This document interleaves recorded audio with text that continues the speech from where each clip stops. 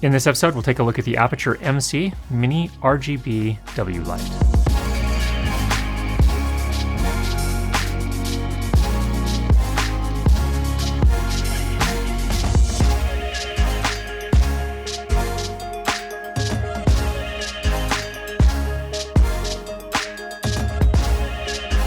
Now there are a ton of little LED lights on the market. What makes the MC special? Let's take a look. First of all, in terms of size, it's about the size of a credit card, but 1.7 centimeters thick. That makes it very convenient for hiding in tight spots and also using as an accent light. Pricing at the time of launch is $90 per each unit, and it has these very strong magnets on the back, which serve two purposes. Number one, there are optional charging cases. The magnets hold the lights in place over the wireless charging slots on the case, or you can use it to mount the light on a lot of different metal objects. That makes it super convenient and easy to work with. And then in terms of photometrics, how does it do in terms of light output? First of all, it puts out 122 lux when you are 1 meter from the light. So it's not a ton of light, but I think that puts it in a good position as an accent light. In terms of color quality, it also does very well. We looked at it at 3200 Kelvin and 5600 Kelvin, and here are the readings here in terms of CRI, TLCI, and also, I think most importantly, in terms of SSI. SSI compares a light's spectral output compared to a known light source, such as tungsten or daylight. As with all the LED lights I have measured, it does better when you set it to tungsten mode in terms of overall color quality. And in tungsten mode here, it got an SSI score of 85, which is actually very, very good. Daylight doesn't do quite as well, but that's typical for LED lighting. So if you're going to be doing something color critical, you'll probably want to go ahead and set it to tungsten, block out all the other light, and then set the white balance on your camera to tungsten. It has an inbuilt battery, 2600 milliamp lithium polymer battery. It lasts for just over 120 minutes in my tests if you're at full power, obviously much longer if you're not at full power. You can charge wirelessly with any QI charger, so that gives you lots and lots of options if you're into wireless charging.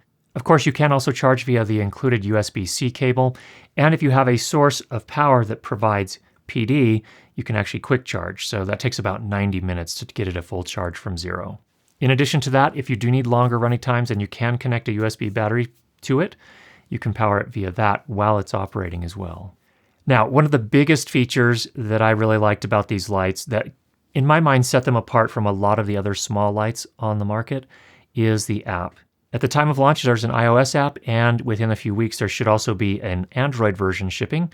It does a number of things, and I should talk about apps for controlling lights. I don't really like them generally in the past, and the reason for that is you either had to manually connect via Bluetooth every time you wanted to use them, or you had to have the light create an ad hoc wireless hotspot and then connect to that and disconnect from your normal wireless. And so it was just a weird, time-consuming, inconvenient way to work. So the nice thing about this is that it's using SIG mesh and it connects very, very quickly. So you don't have to do this massive reconnection job every time, especially if you're using a bunch of different lights. And in fact, right now, Aputure's MC and also their 300D Mark II use this same app.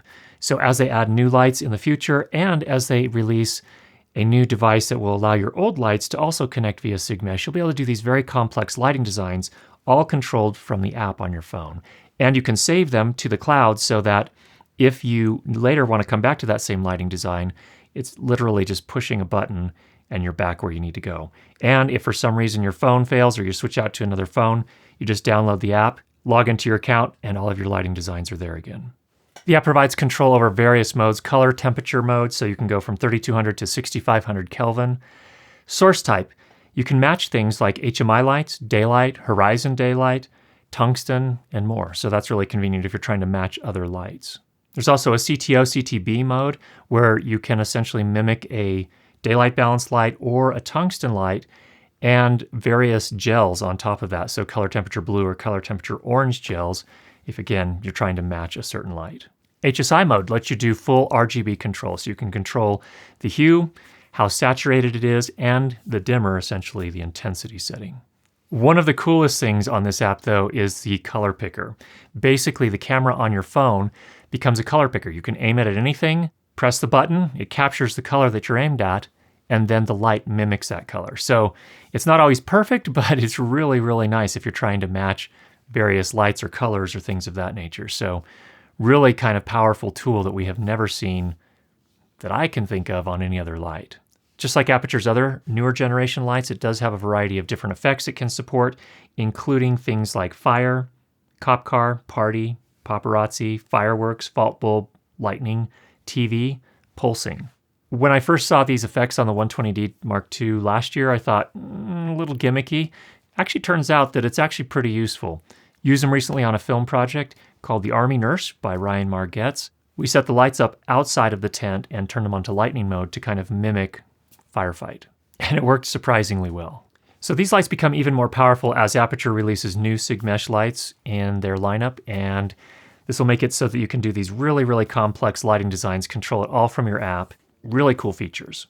We also did a flicker test. The best way to check for flicker is to dim the lights some and then use a very, very fast shutter speed. What we found here, we're not seeing any sort of flicker. The light also has an OLED screen on the top so you can see where the settings are, help you kind of navigate through the menus if you're not using the app.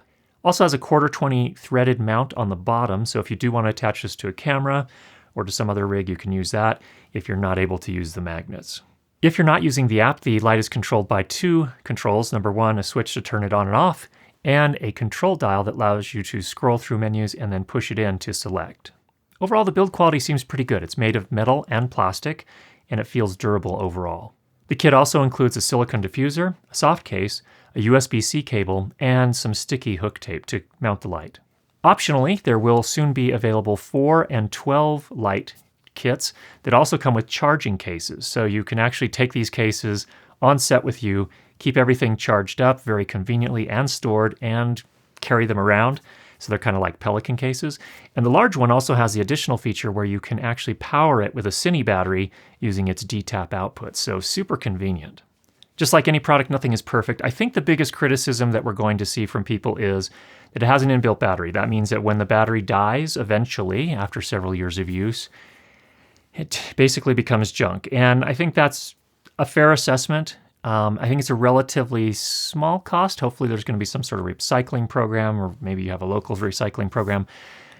But I think it was a trade-off that they made because they wanted to keep the light as small as possible. So some people say, well, you can still get replaceable batteries and keep the product small. I think it will add a little bit of size if you do have replaceable batteries, but overall, that's a criticism I see some people having.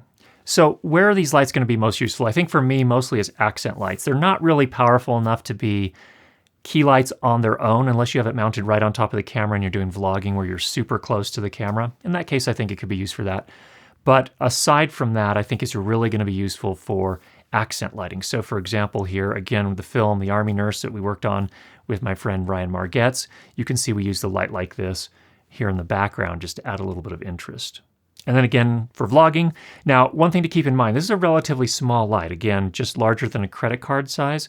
So that means that because of its size, it's not the softest light in the world. The diffuser that it comes with helps a little bit, but it's still a relatively small light source. So you just need to understand that it's not like using a large softbox. The quality of light's a little bit different.